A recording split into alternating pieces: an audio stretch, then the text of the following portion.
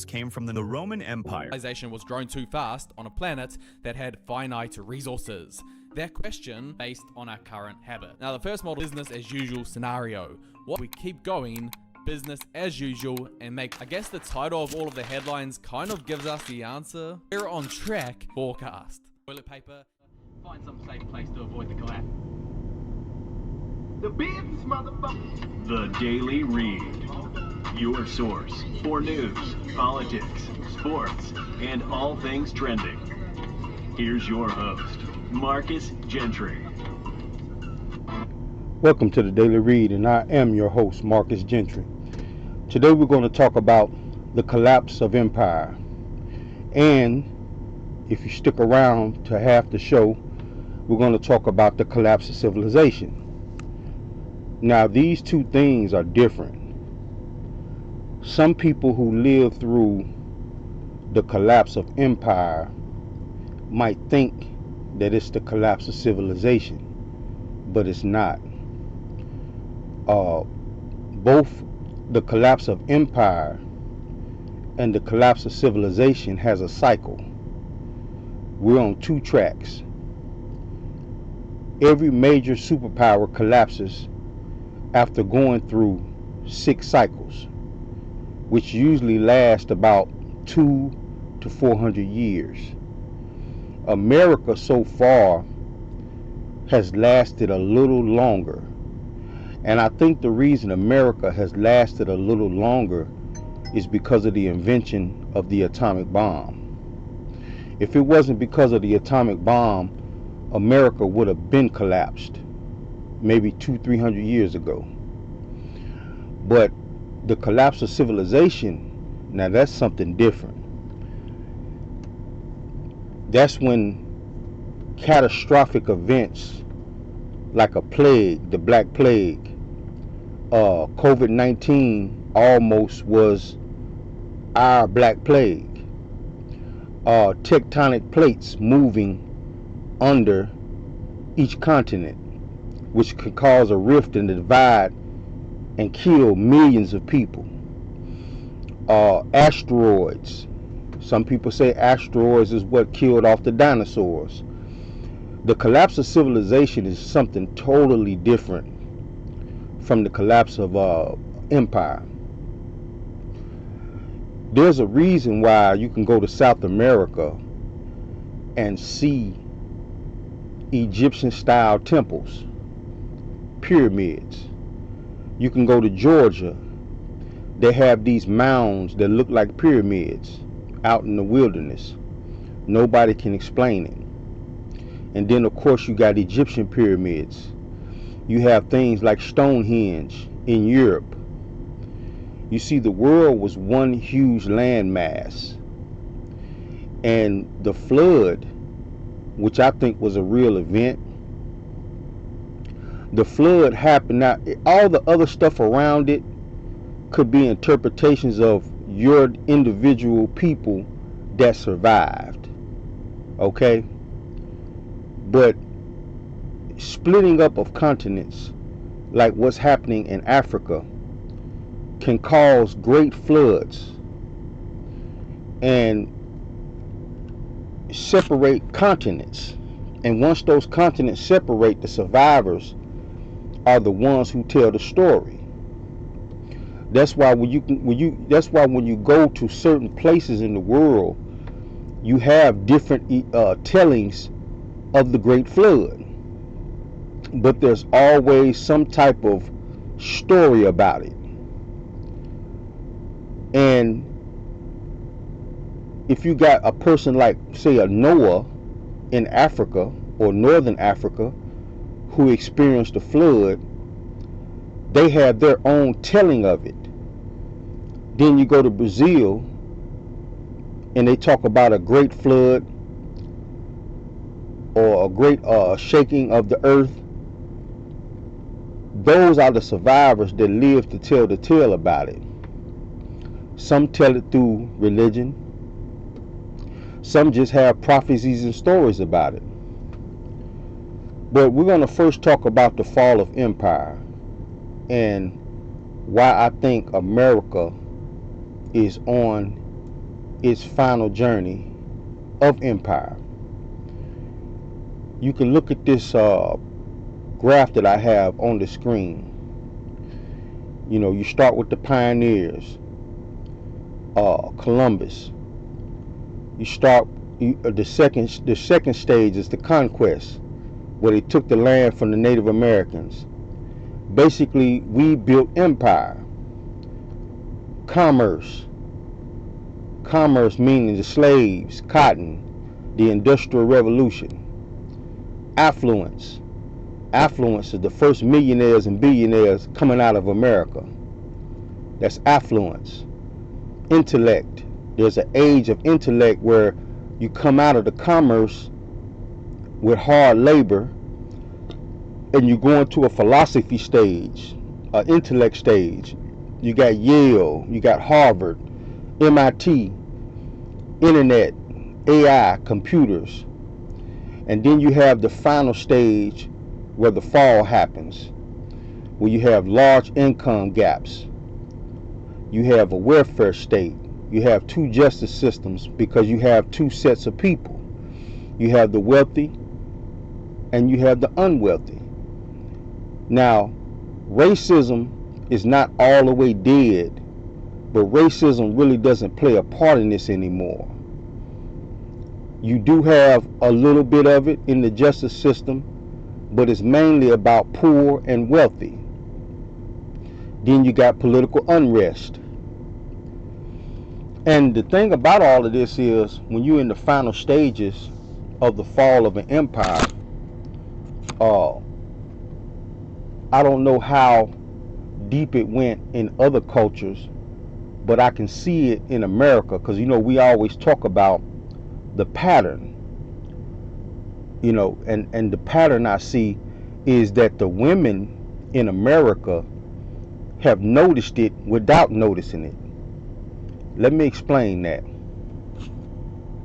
We have a bottleneck in this country, and the bottleneck is the top 15% of the men have 80% of the women chasing them.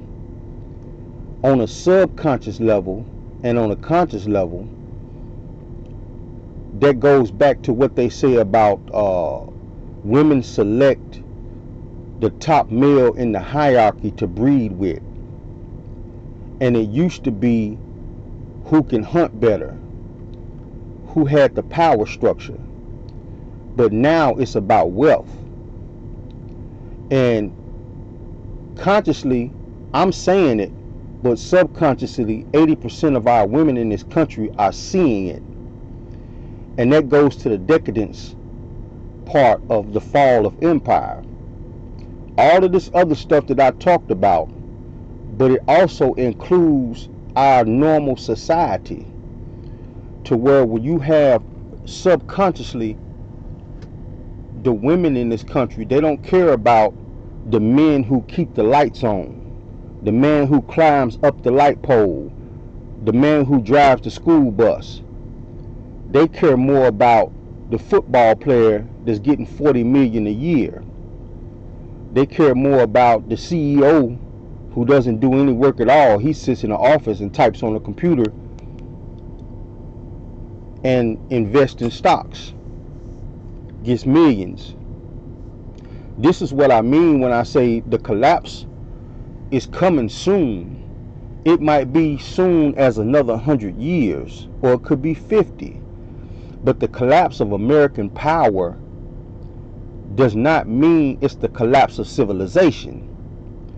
You see, Spain was a civilization almost like England and America. Spain had this silver coin that was just like the American dollar. And everybody wanted that currency. Spain spread out so much around the world. They took over South America, you know, Mexico, Brazil. They expanded their empire so much that they started cutting the silver coin with copper. It still was valuable, just like they did the quarter. It's still valuable, but less and less people want it because they expended their empire so much that the currency started losing value. And then they fell. The empire collapsed. That doesn't mean Spaniards or Spain ceased to exist. See, people get that twisted. Just because your empire collapses does not mean that you as a people cease to exist. Spain is still here. Spain still has a military, but who talks about Spain? Who knows the history of Spain, the Spaniards conquering different countries? Hardly nobody. Because history is being hidden. History is being rewritten. And that little country, which was the seat of an empire, collapsed. And now the only people that go to Spain are adventurers, lovers that want to go see Spain, millionaires who want to hide money in Spain banks. People don't even talk about Spain anymore. Rome is almost the same way. Rome collapsed, but what they did different from a lot of empires, and we talked about this on last week's show, what Rome did different from many empires was they started Christianity. And when they started Christianity, it assured that Rome would never be forgotten. Even though Rome is basically not an empire on paper, millions and millions of people live in different countries that are Christian. And if somebody was to attack Rome right now, say somebody was to drop 4 bombs on the Vatican, every country that has a Christian in it are going to rise up and want that country destroyed. That's what I mean when I say Rome is an eternal empire. So let's get into the show, because this is interesting. I looked at some of these videos, and I think this is a real interesting topic. And you can leave a comment. I never block off my comments. You can leave a comment below this video and tell me what you think about the downfall of American empire and when do you think it's going to occur. You can also talk about the fall of civilization. What's the next big thing that's going to happen that's going to kill millions of people? Let's continue on.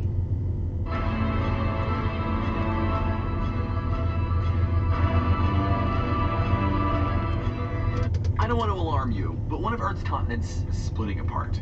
It's happening right here in Africa. This geological breakup will one day form a new sea, and this might... Now, the reason I added this into the video is because this goes to show you how when the flood happened and certain continents separated from each other, it's happening again.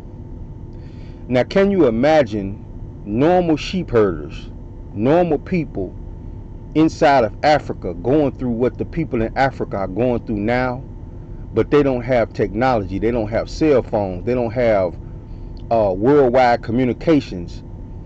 They think that they're going through a God-sent catastrophe. But we live in modern times now. So scientists all over the world can look at what's happening in Africa and tell that it's being split in two. And there's going to be a new ocean or a new sea created in between those two separations. So the people that die could be considered evil. They could have been considered sacrifice, God punishing them, or we're looking at a different time of when all of that happened. Let's continue on. Be why our species even exists. East Africa Rift System is the longest active continental plate boundary in the world. At the north end of the rift is the Iheart Triple Junction, where three pieces of Earth's crust meet. These pieces are floating on Earth's molten mantle, and they've been pulling apart for at least the past 30 million years. As the plates separate, they cause Earth's crust to stretch and thin, kind of like pulling on a mozzarella stick. As magma seeps through the cracks formed in the thinning crust, it cools and solidifies. But it also weighs the crust down, since that cooled magma is denser and heavier. That means the rift valley is slowly sinking below sea level, and eventually ocean water will flow in to fill it, forming Earth's newest sea basin. Now, this isn't the first time that continents have split and transformed the Earth. Rifting gave us the Red Sea, the Southwest Indian Ocean, and even the Atlantic Ocean. It's birthed volcanoes, geysers, hot springs, and Now, I'm going to stop that one more time. What he said about the Atlantic Ocean, can you imagine a rift happening in the Atlantic Ocean so big that it separated South America from Africa? That could be considered a major flood. Millions of people could have died. And it also goes to show you why there are temples that look like pyramids in South America. Let's continue on. Entire mountain ranges. But my favorite part is that scientists think this geological weirdness might have helped modern humans evolve. You see, all this continental rifting threw up new geological obstacles between our earliest ancestors and the resources they needed to survive. Scientists believe early humans may have started walking on two legs after climate change from rifting turned East Africa from forests to grassy terrain. And those climate changes from rifting may have forced us to get smarter too, as food sources and conditions rapidly change thanks to these new climate cycles. Humans might not exist without plate tectonics. That rocks. Like this video? Follow PBS Terra for more. The Egyptian Empire. It was the first. Now let's get to the fall of empire. I briefly touched on the fall of civilization and how it could happen. Something catastrophe could set off,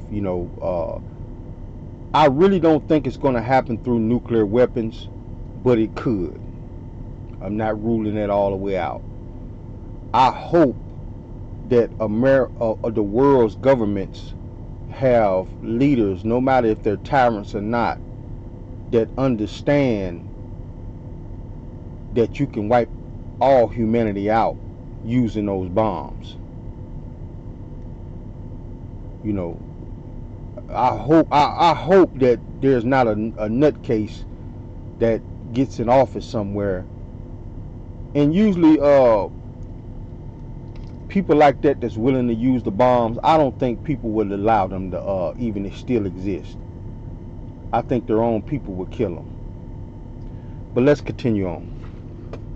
The first kingdom, the first empire to fall. Great kingdom the world had ever known, a civilization built on stone, sand, and faith, and the belief that time itself could be conquered. It began around 3150 before Christ, when Upper and Lower Egypt were united under one crown.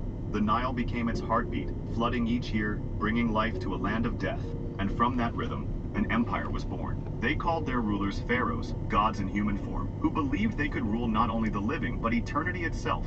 Every monument they built, every tomb they carved, was a promise to the afterlife. They didn't build for decades, they built for forever. Don't that sound familiar? God in human form. By the New Kingdom, Egypt reached its golden age. Pharaohs like Thutmose III, Amenhotep III, and Ramesses II led armies beyond the sands, conquering Nubia to the south and Canaan to the north. Temples rose toward the sky, and the gods, Ra, Osiris, and Amun, seemed eternal. But even eternity has a weakness. Inside the temples, priests began to rival kings. Corruption spread through palaces. The Nile's floods, once so faithful, grew uncertain. Harvests failed and faith faltered. Then came Akhenaten, the heretic pharaoh. He abandoned Egypt's ancient gods for one, the Aten, the sun itself. For a moment, he believed he could reshape eternity. Instead, he broke the foundation of his own empire. After his death, his name was erased, his city abandoned, and his faith forgotten. By the time of Ramesses III, Egypt was fighting on every front, against invaders, hunger, and itself. The Sea Peoples came from the north. Libyans raided from the west. Each victory cost more than the last, until even triumph felt like defeat. When Rameses XI died around 1070 before Christ, the empire split in two. Priests ruled the south, generals ruled the north. The kingdom that once built pyramids for gods could no longer feed its own people, and yet they refused to accept death. They mummified kings, carved prayers into stone, and filled tombs with gold, convinced life would continue beyond the veil. They built for the next world because they knew this one wouldn't last. The Egyptian empire didn't fall in a single night. It faded slowly across centuries. It chased immortality and found only ruins. But maybe that's the secret. Because while every empire since has risen and fallen, only Egypt still stands. Not in power, but in memory. The Roman Empire. Rome wasn't built in a day, but it fell in slow motion. It began as a dream in the dust, a small kingdom by the Tiber River that would one day rule the known world, founded, they said, by brothers raised by a wolf, Romulus and Remus. Its origins were half myth, half prophecy.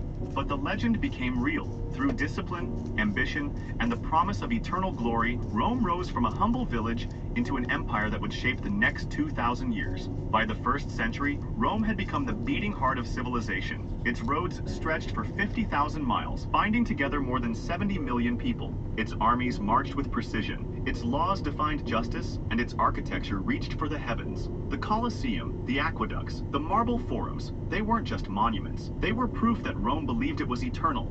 Under Augustus, the first emperor, came the Pax Romana, 2 centuries of peace and prosperity. Trade flourished, cities glowed with art and knowledge, and from Britain to Egypt, the eagle of... This is what I was talking about last week. From Britain to Egypt. Britain, England, is the ones that came and took African slaves to America. But they wasn't the only ones. Spain did too, France and all of that. But the Romans converted them to Christianity. Beat it in them, killed them, forced it on them. And then they came down and took slaves from Africa to America and forced it on them. You got to understand this. This is real history. Now, when it comes to Africa, Rome could never get past Egypt because the Muslims, which is why Rome has always had a problem with the Muslims. The Israelis have always had a problem with the Muslims, which is another reason why Israel and the Jewish people have stuck so close up under Rome. You got to understand the symbiosis going on between Rome and the Jews, and how the Jews helped Rome craft Christianity. It made Rome an eternal government, or an eternal empire.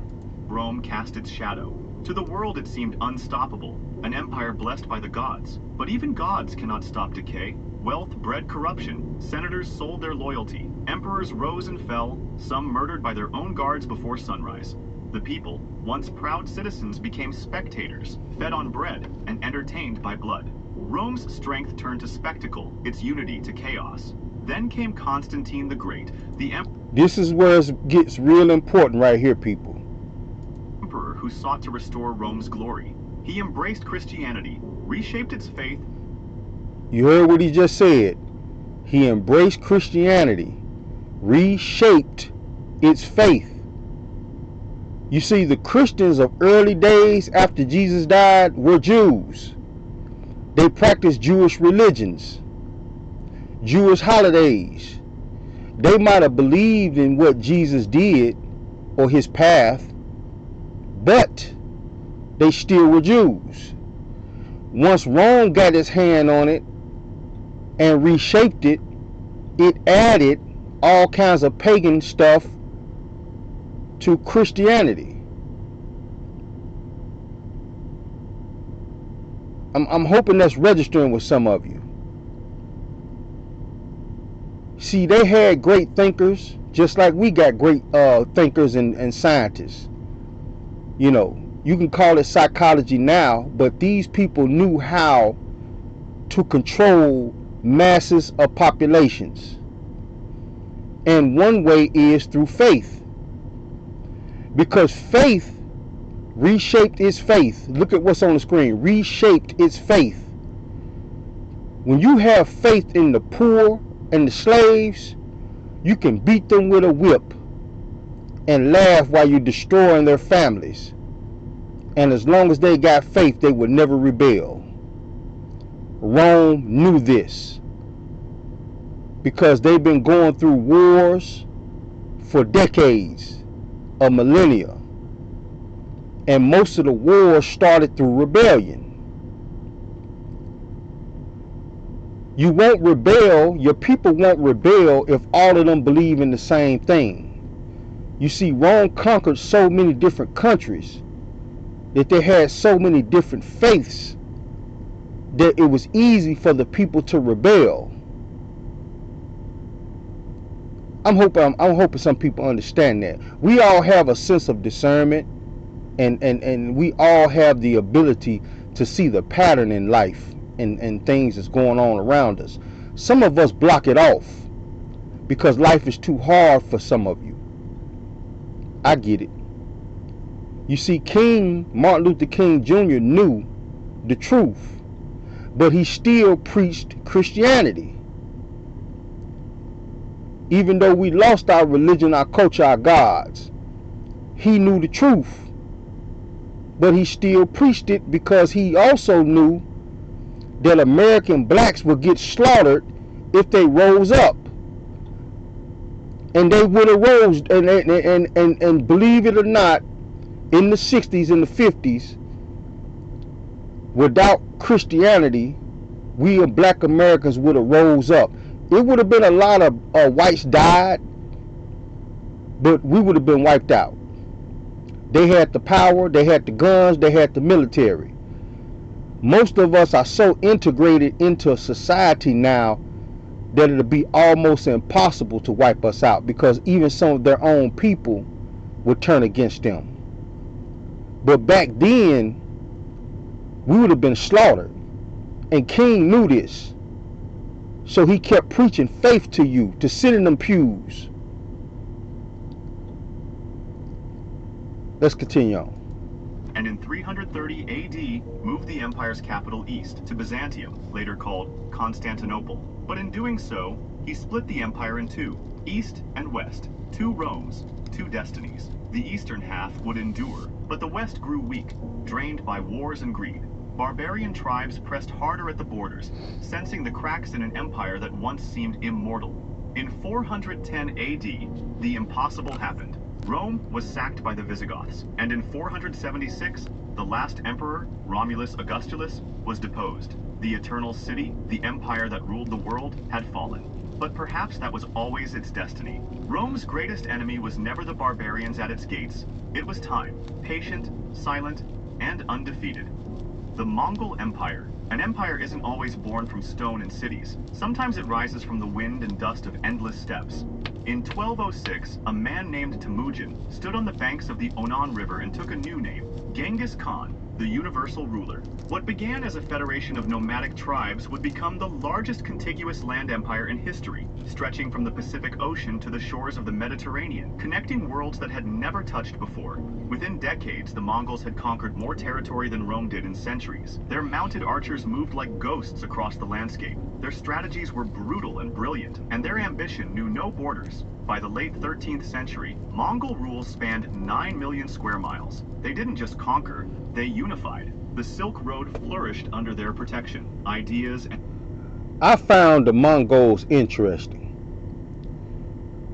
These people, under Genghis Khan, he had so many daughters that once he conquered your country, he would marry off one of his daughters to the ruler that was still alive in that country, solidifying all of this. That is wild. That is crazy. But it happened. And they had the largest empire, but Rome by far is an eternal empire, because the Mongols ruled by strength and power. Rome stopped that. They knew strength and power would not last long. It was too many powerful enemies out here. So they had to start ruling through faith. Let's continue on. And goods flowed freely between East and West, and for a time, it seemed that the Mongol peace, the Pax Mongolica, might last forever. But empires built on conquest carry the seeds of their own destruction. The cracks appeared not from outside enemies, but from within the royal family itself.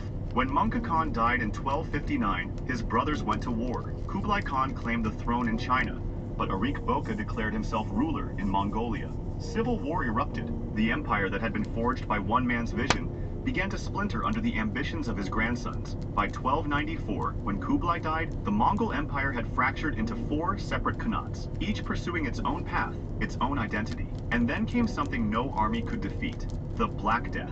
The plague swept through the empire in the 1340s, killing millions, severing trade routes, and plunging the Khanates into chaos. In China, Now, I'm going to say something about the Black Death, because that goes on into not the fall of empires, but the fall of civilization. The Black Death,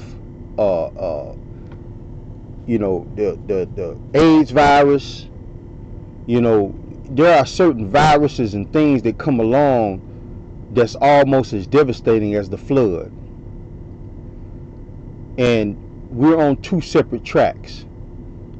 Civilization falling and resetting. I call it a reset. The world has a way of replenishing itself.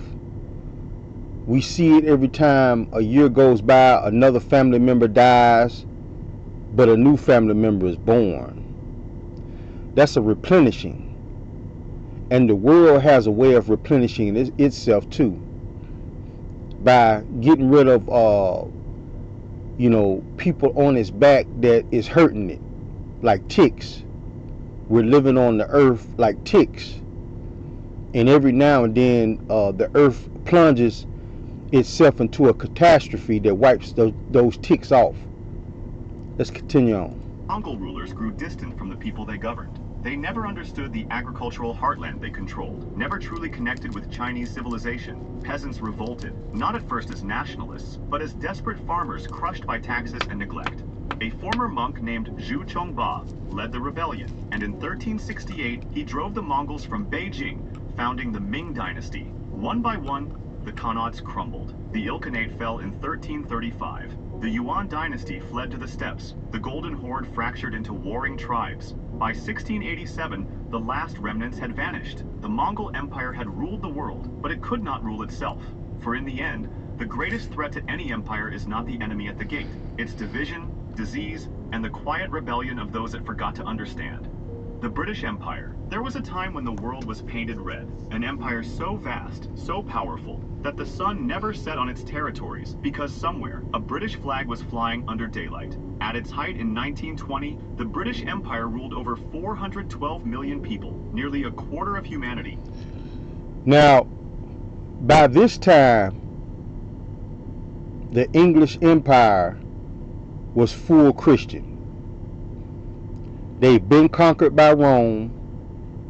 They've been adopted Christianity.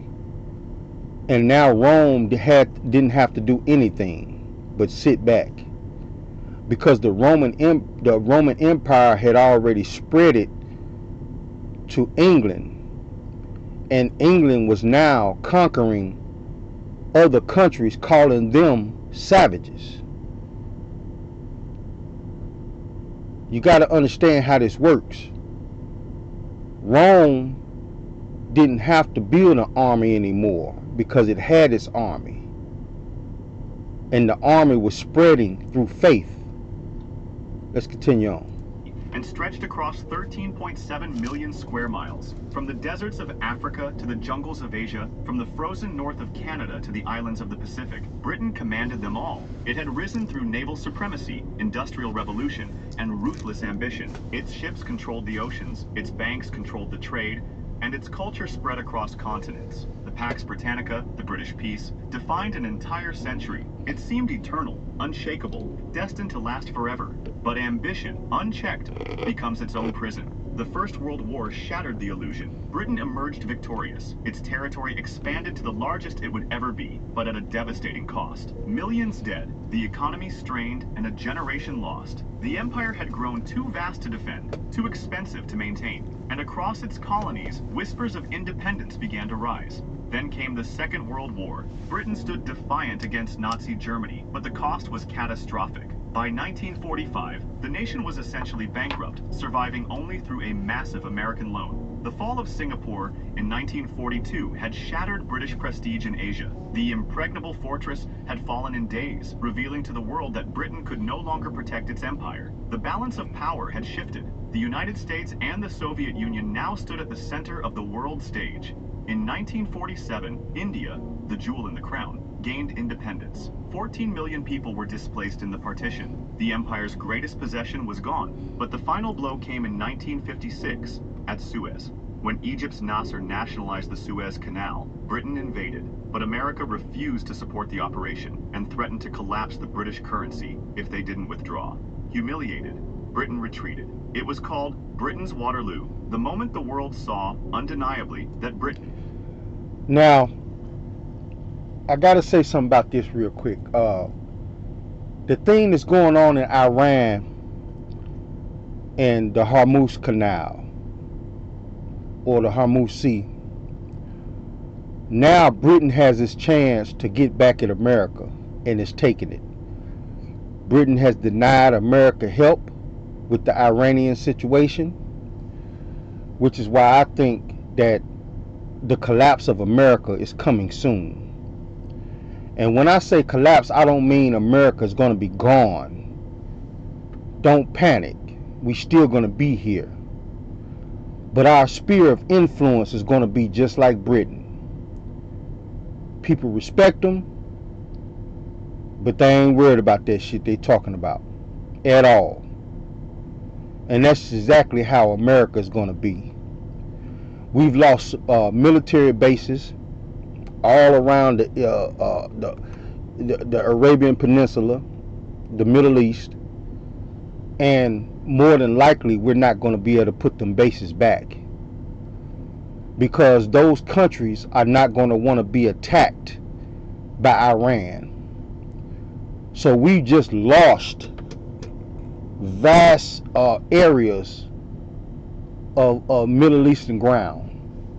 That's dead. You know, we done lost thousands of our U.S. soldiers. I think they're hiding it. I think we got a lot of U.S. soldiers that are dead. They're going to try to hide it as long as they can. And we probably won't know the truth of it until Trump leaves office and the next president comes in and opens it up.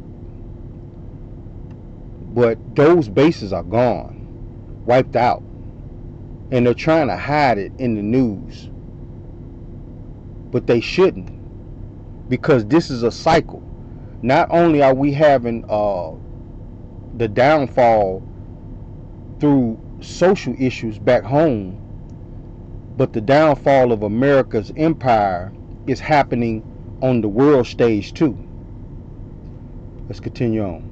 Britain was no longer a great power. The wind of change swept through Africa in the 1960s. Colony after colony declared independence. By 1997, when Hong Kong was handed back to China, the empire was gone. The British Empire hadn't been defeated by enemies. It had been exhausted by 2 world wars, bankrupted by its own ambitions, and abandoned by history. For in the end, even the empire on which the sun never set must face the night. If you made it this far, thank you. Make sure to subscribe for more stories like this, and let me know in the comments which moment in history you'd like to see next. There are Now, this right here is the timeline of empires. Most empires usually last about 250 to 500 years. And I think America has been going on for 466 years. So we've outlasted most of these. But I want y'all to notice something between the Roman Republic and the Roman Empire. If you combine those, that's 433 years. They tried to split it up, but all of this is still Rome. Okay? Greece is a part of it too. Greece, Rome, Roman Empire, and the Roman Republic. All of this is one thing. They tried to split it up because it had different titles and different names, but they're all the same thing. Okay? So you're looking at 2, 4, 6. You're looking at 406. You're looking at 666 years or 670 years of Roman rule. So right now, America is on track to defeat this title of rule, but we're fast coming up on the time where America's power is about to fall. If you go by the timelines. Let's continue on. Exceptions. A remarkable similarity in lifespans emerges when one compares them side by side. Glubb writes, in spite of the accidents of fortune and the apparent circumstances of the human race at different epochs, the periods of duration of different empires at varied epochs shows a remarkable similarity. And the trend holds regardless of a civilization's technological level. The Assyrians marched on foot and fought with spears. The British used artillery, railways, and ocean-going ships. Yet the two empires lasted for approximately the same periods. The first stage of an empire, Glubb claims, is the age of pioneers, or the outburst. This is where a small, seemingly insignificant nation emerges from its homeland and establishes a presence on the world stage. That's Columbus exploring America. This outburst is characterized by energy, courage, and creativity. Glubb describes the new conquerors as normally poor, hardy, enterprising, and above all, aggressive. Unbound by established traditions, they rely on improvisation and experimentation. If one method fails, they try something else. Glubb gives the example of Macedon in the 4th century. Prior to Philip, Macedon had been an insignificant state to the north of Greece. Yet by 323 BC, 36 years after the accession of Philip, the Macedonian Empire extended from the Danube to India. The second stage is called the Age of Conquest. The Age of Conquest. The first stage was Columbus. The second stage is taking the land from the Indians, the Native Americans. Let's continue on. Of aging civilizations are adopted by the rising power. Thus, their expansion consists of organized, disciplined, and professional campaigns. This is where the culture becomes a bona fide empire. This stage is characterized by confidence, optimism, and contempt for decadent cultures whom they've conquered. The people of the new empire are practical in both government and war. Moreover, Glubb notes that their lack of tradition allows their leadership a freedom to try new things. He writes, the leaders are free to use their own improvisations, not having studied politics or tactics in schools or in textbooks. The writers of the Constitution. Next comes the Age of Commerce. With the acquisition of vast areas of land, commerce... This is the third stage. The Age of Commerce, slavery, cotton, industrial revolution. Becomes easy and safe for the empire's citizens. Resources, people, and ideas are exchanged over great distances. And if the empire is large, a great variety of products are produced. The Age of Commerce often overlaps with the Age of Conquests, but the public's values begin to shift. The proud military traditions still hold sway, and the great armies guard the frontiers, but gradually the desire to make money seems to gain hold of the public. An honor culture is replaced by a mercantile one. During the military period, glory and honor were the principal objects of ambition. To the merchant, such ideas are but empty words, which add nothing to the bank balance. The age of affluence comes next, and is a natural consequence. The age of affluence comes after the slavery time, the Industrial Revolution time. This is where you get the robber barons. This is where you get your first multimillionaires, the plantation owners that become millionaires and billionaires of their time. Of the age of commerce. Monetary gain becomes the sole pursuit. Glubb writes, "The age of affluence silences the voices of duty. The object of the young and the ambitious is no longer fame, honor, or service, but cash. The fighting spirit of the empire fades as leaders buy off enemies rather than fight them. Subsidies instead of weapons are employed to buy off enemies. Military readiness or aggressiveness is denounced as primitive and immoral. Civilized peoples are too proud to fight." The fifth stage in Glubb's model is the age of intellect. Now, the age of intellect is Microsoft, Harvard, Yale, internet, cell phones in every pocket. Each age has its intellect stage. Philosophers. We got these big blockbuster movies with all of these actors making millions. You got the arena. You got football players making millions. This is what age that just passed. A period of scholarly activity that coincides with decline. Whereas in the age of affluence, the merchant class patronized the arts, now colleges and universities are given immense funding. Glubb noted that in his own time, he saw the U.S. and Britain as undergoing this phase. When these nations were at the height of their glory, Harvard, Yale, Oxford, and Cambridge seemed to meet their needs.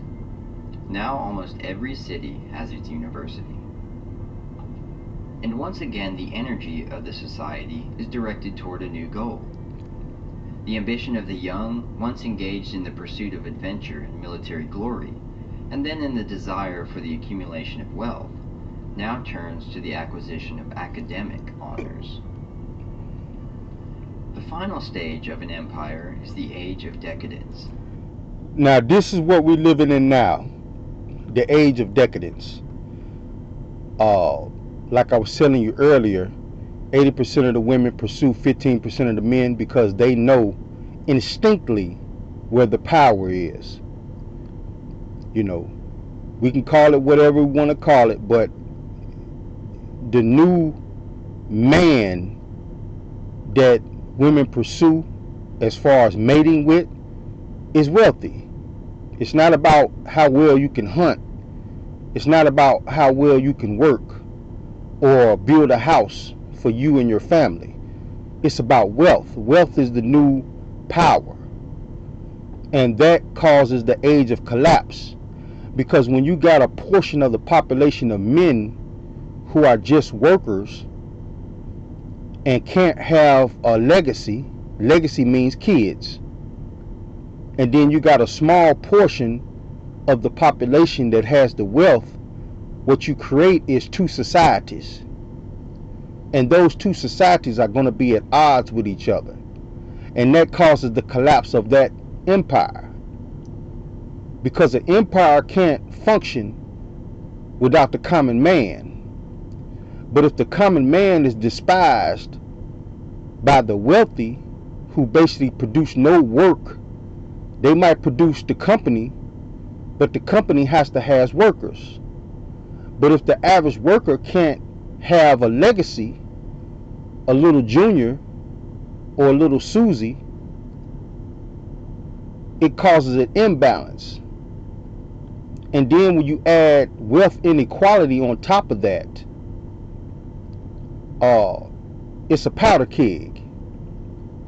And that's what causes empires to implode on itself. Let's continue on. It's characterized by a number of symptoms: internal division, an influx of foreigners, materialism and frivolity. The influx of foreigners is another thing. On top of the social issues already between the classes, the wealthy and the poor, then when you add on the influx of foreigners who are looking towards the wealth of your country as a means to survive, it causes a further strife, because the poor working class is already poor. So now they have to fight for resources with foreigners. A welfare state, weakening religion, and a defensive mindset. Empires decline amidst a cacophony of argument. Glubb writes that endless and incessant talking fails to solve political and social disagreements. Amid a babble of talk, the ship drifts onto the rocks. That is because cleverness cannot solve problems that require self-sacrifice. There are times when the perhaps unsophisticated self-dedication of the hero is more essential than the sarcasms of the clever. Glubb notes that internal strife is a hallmark of decline and gives the Byzantine Empire as a prime example. Civil wars and infighting preoccupied the empire until the Ottomans were already on their doorstep. Strikes, demonstrations, boycotts, and similar activities are prevalent in the last stage of empire, and internal strife is exacerbated by external conflict. Rather than unifying around a potential threat, the nation pulls itself apart. An influx of foreigners, usually concentrated in cities, accompanies a civilization's decline. Glubb claims that when a culture is homogeneous, there is a feeling of solidarity and comradeship among the people. But a large number of foreigners disrupts this. Foreigners disrupt the unity of the empire due to a few reasons. Number one, their nature often differs from that of the original imperial stock. In other words, the foreigners have no allegiance to America. Their belief systems are different. They want the currency, they want the money, but they have no allegiance to this country. You see, we as black people in America, we were slaves, but we are a part of America now. So we are a part of the homogeneous crowd. But there are two classes in that: wealthy blacks, wealthy whites, poor blacks and poor whites. But when you add the foreigners on to that, what happens is the poor whites and the poor blacks have to compete already against a system that's against them, which causes further strife. Let's continue on. Number two, in hard times they are less willing to sacrifice their lives and their property. Number three, they are liable to form communities of their own. And we see that all the time. You can go to any major city and you will see a large community of Hispanics. You can go to any major city and see a large community of Ethiopians. It's happening right now. We are in the decline. Finally, there may be resentment among those who were previously conquered by the imperial race. Glubb notes that these problems are not due to superiority or inferiority of any race, rather because there are natural differences between them that makes a single culture difficult to maintain. In his time, he noticed the influx of migrants to the declining British Empire. In London today, Cypriots, Greeks, Italians, Russians, Africans, Germans, and Indians jostle one another on the buses and in the underground, so that it sometimes seems difficult to find any British. This is what's happening in America. In the major cities, you see all types of people. And in England, when you go to the countryside and you see these big British mansions and big British castles, that's where the British are. But in the inner cities, you hardly see any British people. Let's continue on.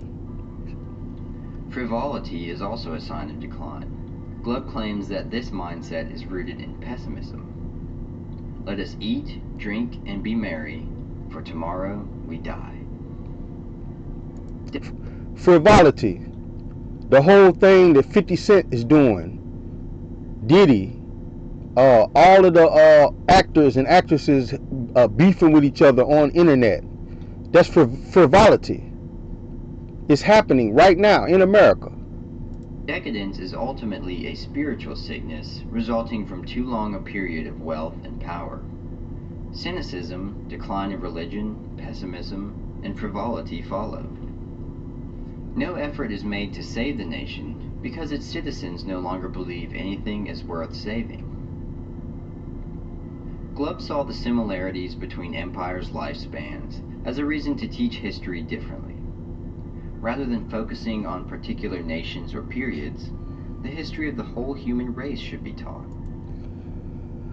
I'm going to stop that right there. I didn't get a chance to get to the decline of civilization. We talked about empire, and I'm up against the clock. So we'll do the fall of civilization next week. We'll talk about that next week.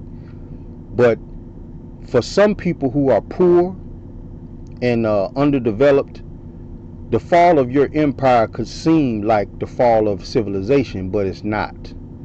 America's still going to be here. But our empire is slowly decaying and it's dying. And it's not coming from the outside. It's coming from the inside.